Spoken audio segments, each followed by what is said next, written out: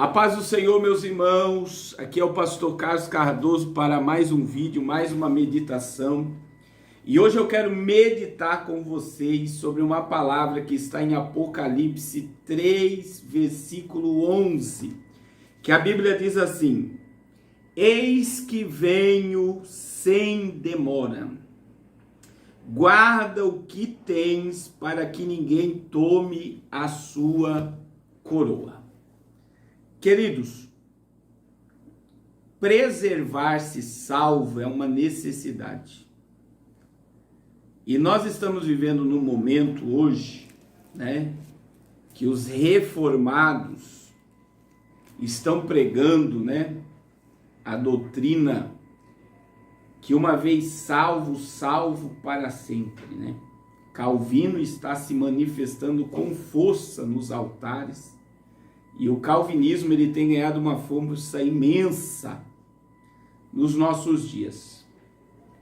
Uma das questões lógicas da Bíblia é entender que Deus é onisciente, Deus ele sabe tudo. Não existe nada no espaço, no tempo que Deus não saiba. É aquela declaração do salmista no Salmo 139, ainda a palavra não saiu da minha boca e tu já conheces. Então Deus ele sabe tudo.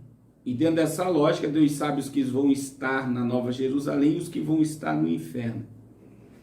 Mas a salvação não foi oferecida a alguns, a salvação foi oferecida a todos.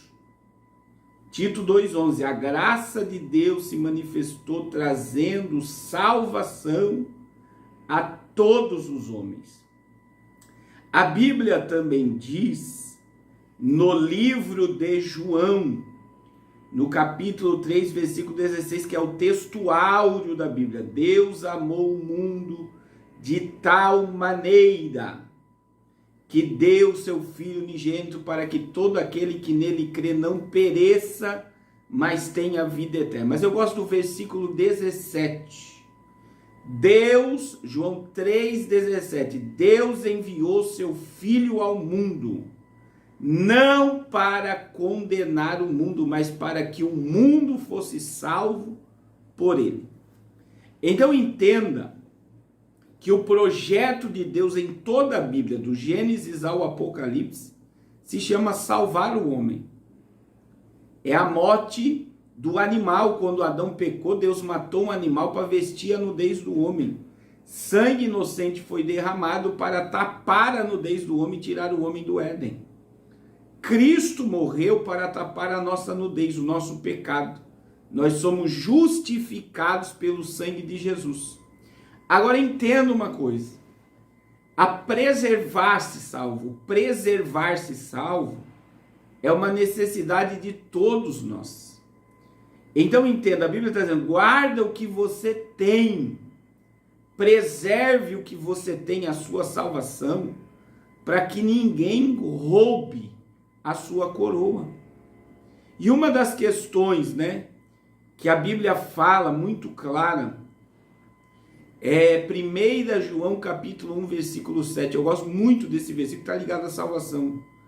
Porque a Bíblia não diz que nós fomos salvos e pronto. A Bíblia diz lá, se nós andarmos na luz, como Ele na luz está, e tivermos comunhão uns com os outros, o sangue de Jesus nos purifica de todo pecado.